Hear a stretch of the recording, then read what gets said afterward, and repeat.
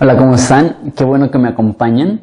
Este DVD es para entrenar a los líderes de grupos en casa. Entonces, si tú has recibido ese DVD, es porque tú has mostrado interés en empezar un grupo en casa o porque has iniciado un grupo en casa en Horizonte. Y quiero iniciar diciéndote muchas gracias porque tú eres un contribuyente y no un consumidor. Tú eres parte de la misión de Jesucristo y no estás aquí por tu propia comodidad. Y has tomado un paso de fe al abrir tu casa para tener un grupo en casa o al dirigir el grupo en casa en la casa de otra persona. Es un honor enorme de que hayas decidido participar con nosotros y nos sentimos muy felices de que estés participando. Lo que queremos hacer es poner recursos en tus manos para que puedas sentirte más capacitado para llevar tu grupo en casa. Entonces, primeramente te queremos darle la bienvenida a ti y también esto lo vamos a subir al internet para cualquier persona que quiera empezar un grupo en casa o tenga preguntas de cómo llevamos los grupos en casa en Horizonte. Sean ustedes bienvenidos también. Entonces, lo que vamos a hacer es que vamos a tener una serie de 6 videos cortos. Vamos a estar viendo diferentes aspectos. Ese es el primer video y el tema que vamos a estar viendo es ¿por qué grupos en casa? ¿Por qué tener ministerios de grupos en casa? Y les voy a dar 2 motivos. Primeramente, el motivo bíblico y segundo, el motivo práctico. Uno, el motivo bíblico es porque se ve en la Biblia. En Hechos 2 dice que en el texto que nos dice cómo debe de operar la iglesia después de Hechos 2:42, que dice que perseveraban en la doctrina de los apóstoles, en el partimiento de pan, en la comunión unos con otros y en las oraciones. Justo después de eso dicen, y perseveraban unánimes en el templo cada día y partían el pan de casa en casa. Entonces ahí vemos el modelo bíblico de la iglesia, que es algo que se hace públicamente, reuniéndonos a adorar en un lugar. De hecho, en México se utiliza la frase un lugar de culto público, donde públicamente estamos manifestando y declarando que Jesucristo es el Señor. Públicamente estamos declarando que somos parte de una comunidad, parte de una fe, parte de un bautismo. Todo eso es lo que dice en Efesios. Sin embargo, no es suficiente tener una convicción privada, una publicación pública, sino que también necesita haber una convicción privada. No solamente podemos llegar aquí y levantar las manos y decir amo a Dios, pero en nuestra casa no vivir aquello que estamos expresando el domingo en la mañana. Entonces la forma que hacía esto la iglesia primitiva es que se reunían en el templo y estaban todos juntos y eran miles de personas adorando a Dios juntos.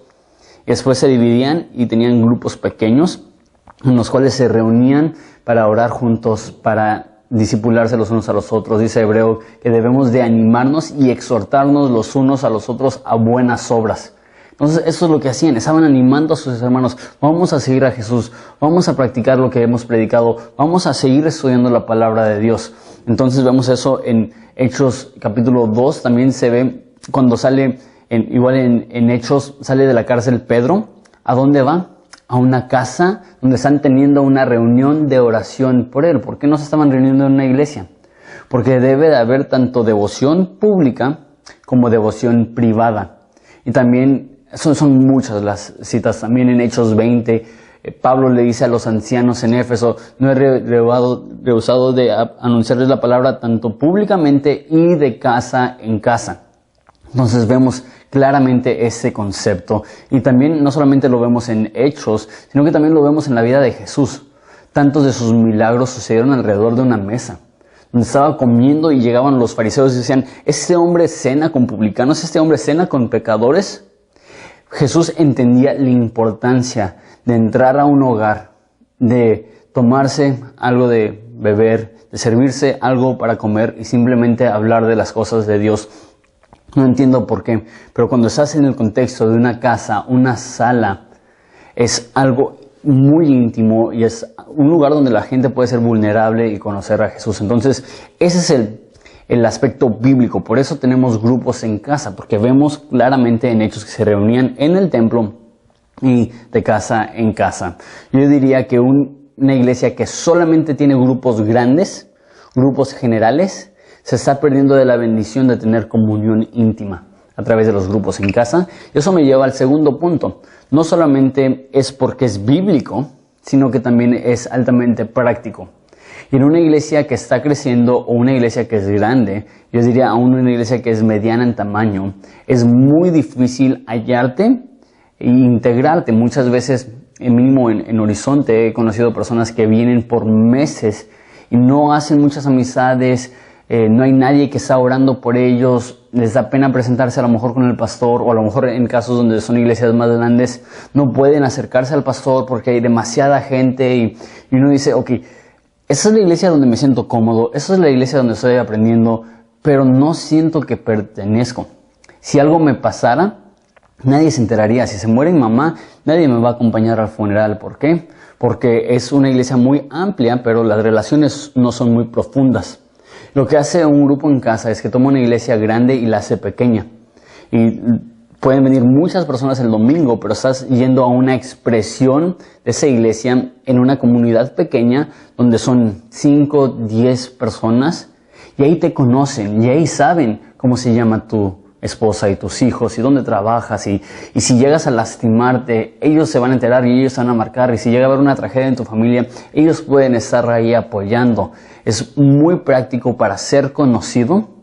Y es muy práctico también para servir y conocer y orar por las otras personas y que haya un núcleo de personas que están bien integradas, que hay realmente comunión y comunidad. Y algo muy trágico que he visto es que muchas veces la gente que no se involucra en algo parecido, cuando sufre solo y dice, ¿dónde están todos? Y la pregunta es, cuando tu vida era más simple, ¿por qué no te uniste a una comunidad más pequeña donde podías ser conocido? Entonces, el motivo bíblico es, Hechos donde se reúnen públicamente y de casa en casa. El motivo práctico es que es bien difícil sentirte integrado a menos de que estés en un grupo pequeño. La Biblia dice en Corintios que si un miembro del cuerpo duele, todos duelen. Si es una iglesia de más de 50 personas, difícilmente si una persona sufre, todos se enteran. Pero cuando es un grupo en casa, son 5 personas o 10 personas, una persona sufre y todos pueden abrazarle, todos pueden sentir ese mismo dolor, todos pueden tener compasión.